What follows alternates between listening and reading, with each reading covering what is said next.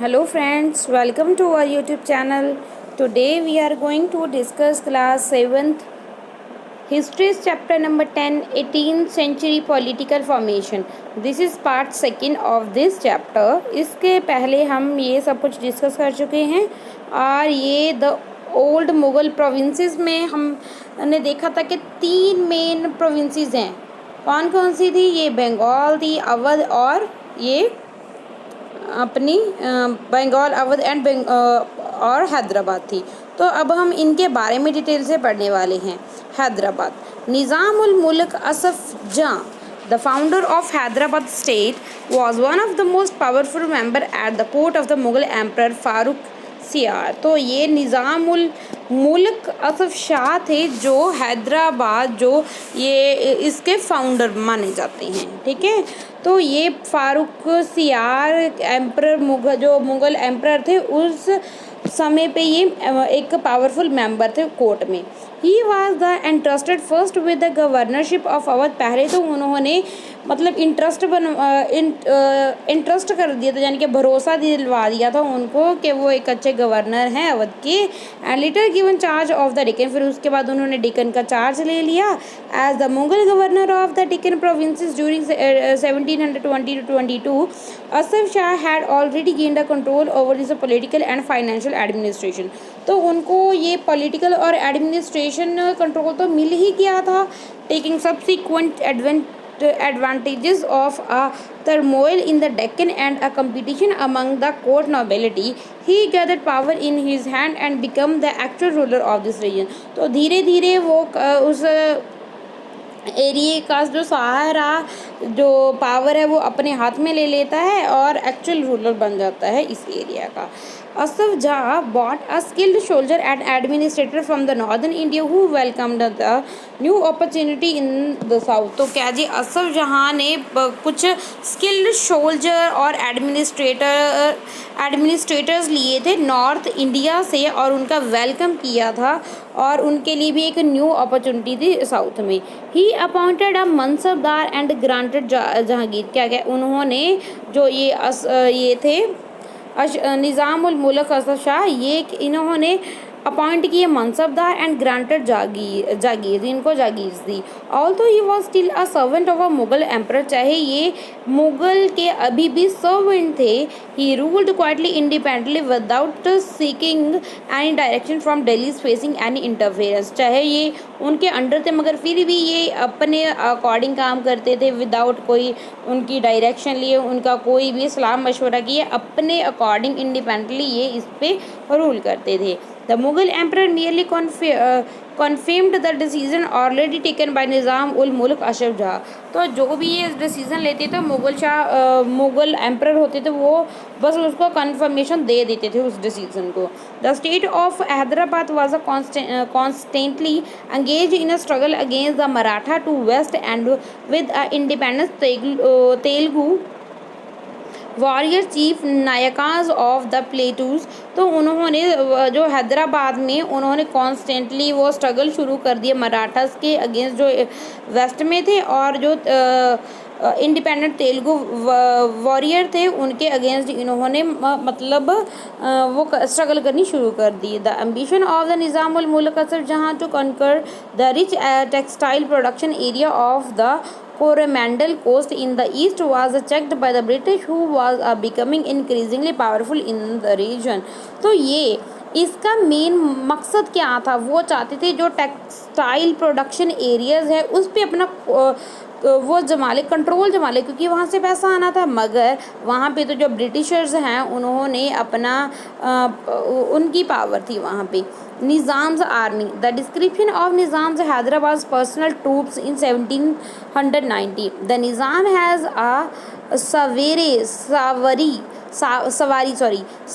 of 400 elephants, several thousand of horsemen near his personal who receive upwards 100 rupees nominal pay and an extremely well mounted and rich कैप्रोनाइज्ड. यानी कि जी उनके पास 400 हाथी थे, घोड़सवार थे, यानी कि उनको पैसे देते थे 100 रुपये इस टाइप का ये सब कुछ बताया गया है.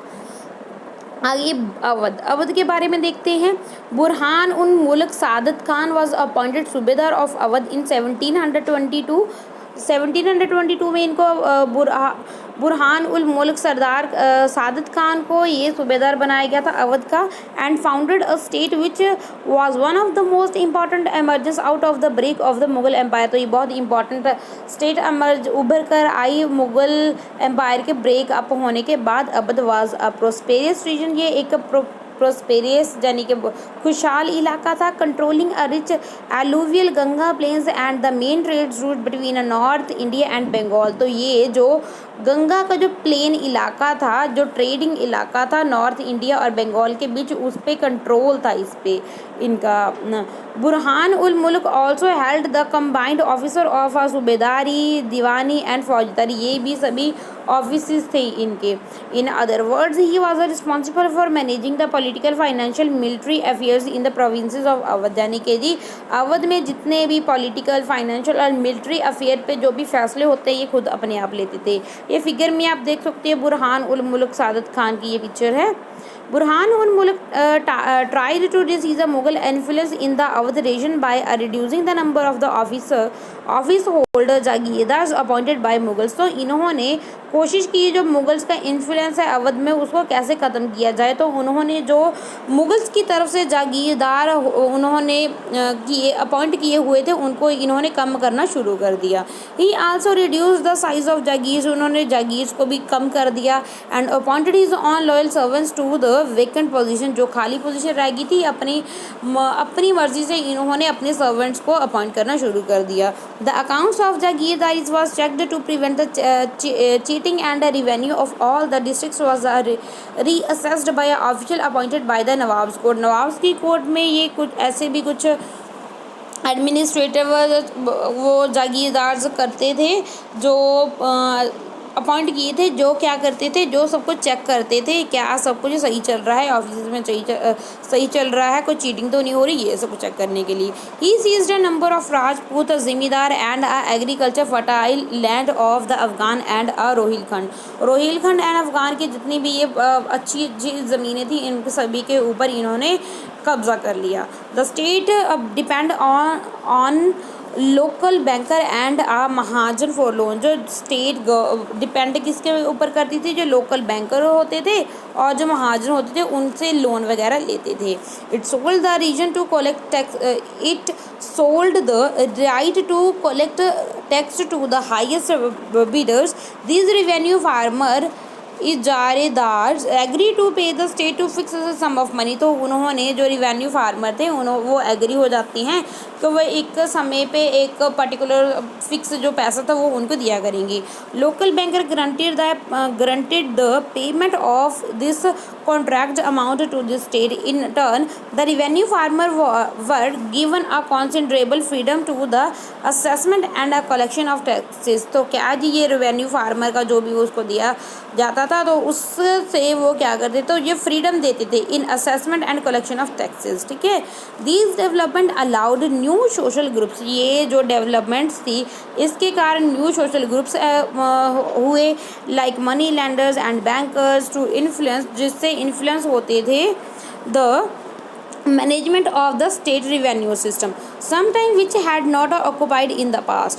अब हम बात करेंगे बंगाल के बारे में। Bengal gradually broken away from Mughal control under the Murshid Quli Khan, who was appointed as the Nawab deputy to the governor of the provinces।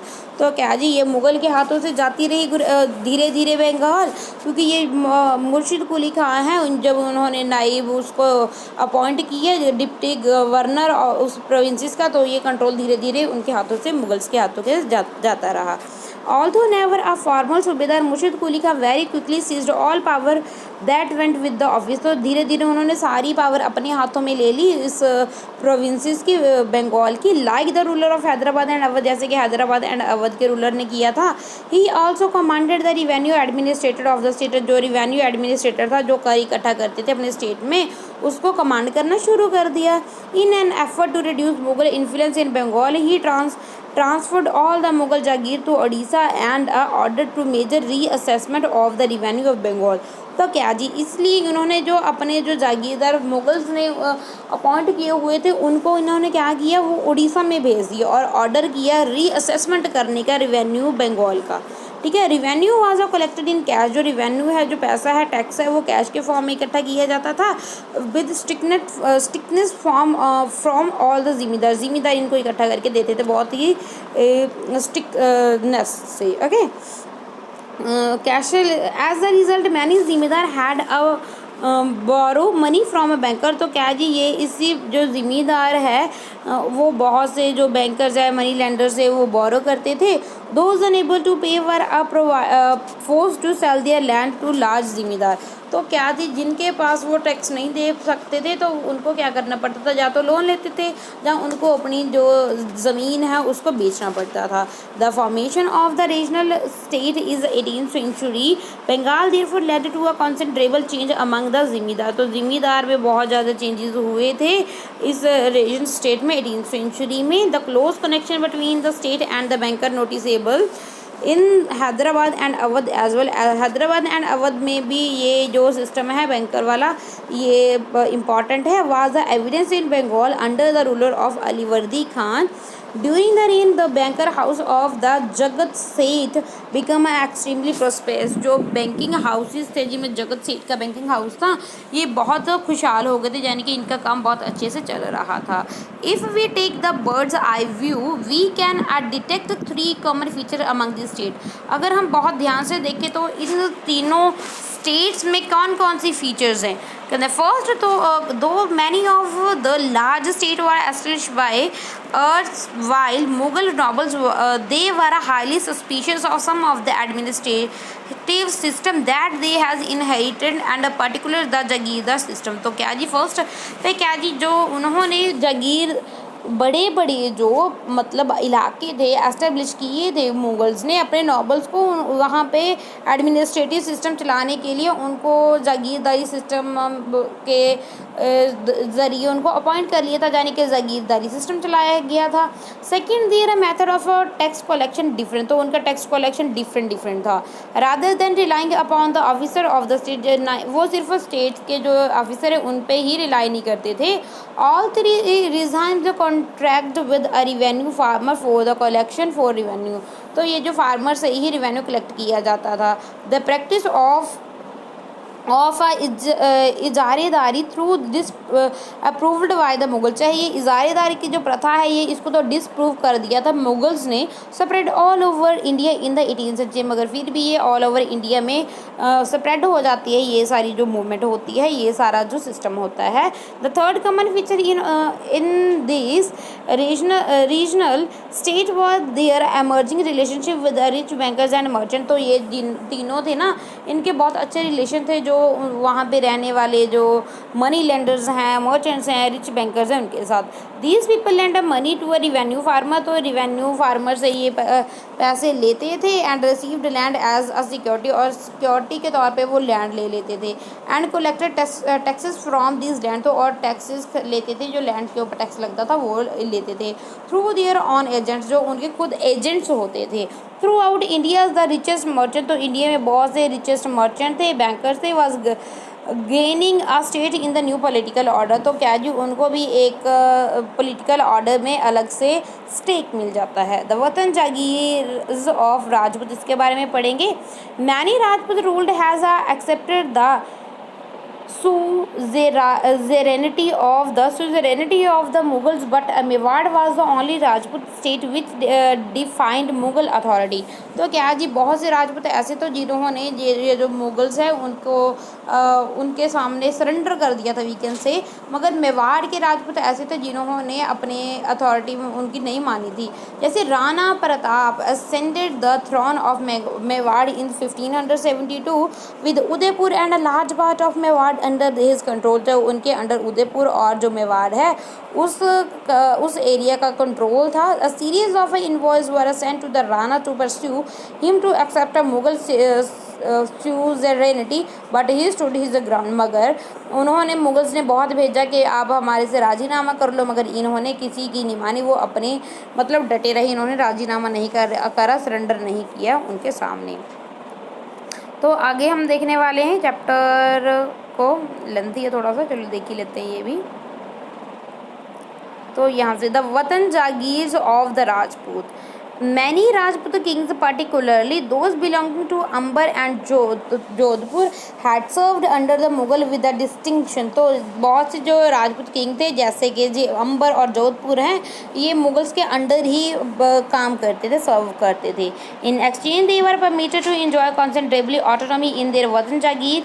तो ये उसके बदले में जो इनको जो वतन है उनमें पूरा राज करने का अधिकार दे दिया गया था। इन the 18th century these rulers now attempted to extend their control over the adjacent region। तो ये आसपास के इलाकों में भी ये जो राजपूत थे अब ये कब्जा करना चाहते थे, अपना यानी कि राज्य बढ़ाना चाहते थे। जैसे अजीत सिंह है the ruler of Jodh Singh, जो जोधपुर के ये रूलर थे। Ajit Singh was also involve in the factional politics at the Mughal court. Mughals court की जो पॉलिटिक्स थी उसमें ये इन्वॉल्व थे।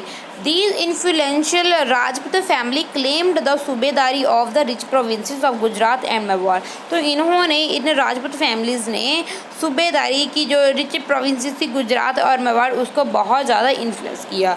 राजा Ajit Singh of Jodhpur held the governorship of the Gujarat. जो गुजरात और Sawai Raja Jai Singh of Amber was a governor of Malwa, ये मालवा के गवर्नर थे। These officers was renewed by the emperor Jahandar Shah in 1713। They also tried to extend their territory by the seizing portion of the imperial territories। तो ये भी मतलब extend करना चाहते थे जो अपनी टेरिटरीज़ है, जो नेबरिंग के जो टेरिटरीज थी, ठीक है, देर वतन के इनके खिलाफ पास। Nagur was a conqueror and annexed to the house of the Jodhpur, while Amber seized large portion of the Bundi। जो अंबर है वो बुंदी का बहुत सारा पार्ट उसको सीज कर लेते हैं। Sawai Raja Jai Singh founded this new capital at Jaipur and was given the subedari to Agra. तो क्या जी जो राजा जय सिंह है उन्होंने जयपुर को अपनी कैपिटल बनाया और सूबेदारी जो आगरा की है उनको दे दी गई 1722 में। Maratha campaigns into Rajasthan from 1740 to put severe pressure of this principalities and check their further expansion. तो क्या जी ये जो मराठा के जो कैंपियन चल रहे थे राजस्थान में 1740 में, तो इनके ऊपर इन्होंने बहुत ज़्यादा प्रेशर डाला इन प्रिंसिपैलिटीज़ के ऊपर और चेकिंग के कितना वो एक्सपेंशन कर रही हैं इनके ऊपर। राजा इसके बारे में भी पढ़ लेते हैं। Many Rajput chieftains build a number of forts on a hill top which become a centre of power. तो बहुत से जो राजपूत चीफ्टन्स हैं उन्होंने बहुत से फोर्ट्स बनाए थे हिल के टॉप के ऊपर, ये बहुत पावरफुल सेंटर बन गए थे। With extensive fortification this majestic structure housed urban centers, palaces, temples, trading centers, water harvesting structure and other buildings। यानी कि बहुत तरीके के ये एक्सटेंसिव फोर्टिफिकेशन बनाते थे जिसमें ये बहुत अच्छे अच्छे स्ट्रक्चर होते थे, अर्बन सेंटर्स होते थे, पैलेसेस होते थे, टेम्पल्स, ट्रेडिंग सेंटर, ये वाटर हार्वेस्टिंग स्ट्रक्चर, ये सब कुछ और बिल्डिंग्स भी होती थी। The Chittorgarh fort contained many water body. जैसे चित्तौड़गढ़ फोर्ट है उसमें बहुत सी वाटर बॉडीज़ हैं, वेरिंग फ्रॉम तालाबस होते हैं ना, जैसे पॉन्ड्स बोलते हैं, जैसे कुंडीज वेल्स हो गए जी, बाउलीज जिसे स्टेप वेल्स बोलते हैं वो हो गए। ये चित्तौड़गढ़ फोर्ट है राजस्थान में है, ये भी राजपूत चिफ्टन्स की ही देन है। तो ये देखते हैं कि जी Raja Jai Singh of Jaipur, a description of Raja Jai Singh in Persian accounts 1732। Persian language में उनके बारे में हमें मिलता है। Raja Jai Singh was at a height of his power, जिनके उनके पास बहुत ज़्यादा पावर थी। He was the governor of Agra. तो आगरा के वो गवर्नर रहे थे 12 साल तक। एंड मालवा 5 to 6 वो मालवा के मतलब गवर्नर रहे हैं। He possessed a large army, उनके पास बहुत बड़ी आर्मी थी, artillery and a great wealth, बहुत सारा पैसा था। His survey expand from Delhi to the banks of the Narmada. Delhi से लेकर उन्होंने नर्मदा तक उसको अपने इलाके को एक्सपेंड कर लिया था। ये क्या है, मेहरगढ़ फोर्ट है जोधपुर का। ओके, तो ये क्या है, जंतर मंत्र, ये है उसमें जयपुर में। Sawai Jai Singh the ruler of the Amber constructed the 5 astronomical observatories, one each in Delhi, Jaipur, Ujjain, Mathura and Varanasi. यानी कि ये सवाई जय सिंह से जो रूलर थे अंबर के, इन्होंने 5 ऐसी एस्ट्रोनॉमिकल ऑब्जर्वेटरी बनवाई थी, हर एक में एक बनाई थी। जैसे दिल्ली में बना दी, एक जयपुर में, उज्जैन में, मथुरा में, वाराणसी में, commonly known as a Jantar Mantar. जैसे जंतर मंतर भी ये इन्हीं की देन है, ठीक है, ये सवाई जय सिंह की। Okay, and Jantar Mantar, these observatories had a very instruments to study heavenly bodies. तो क्या जी ये मतलब बहुत ज़्यादा इंपॉर्टेंट है, इनसे बहुत ज़्यादा इंफॉर्मेशन हमें मिलती है। सीजिंग इंडिपेंडेंस, ये जो हम यहाँ से नेक्स्ट वीडियो में डिस्कस करेंगे, पार्ट 3 में लेके आऊँगी इस वीडियो का, इस चैप्टर का। तब तक के लिए पढ़ते रहिए, बढ़ते रहिए। Thanks and God bless you.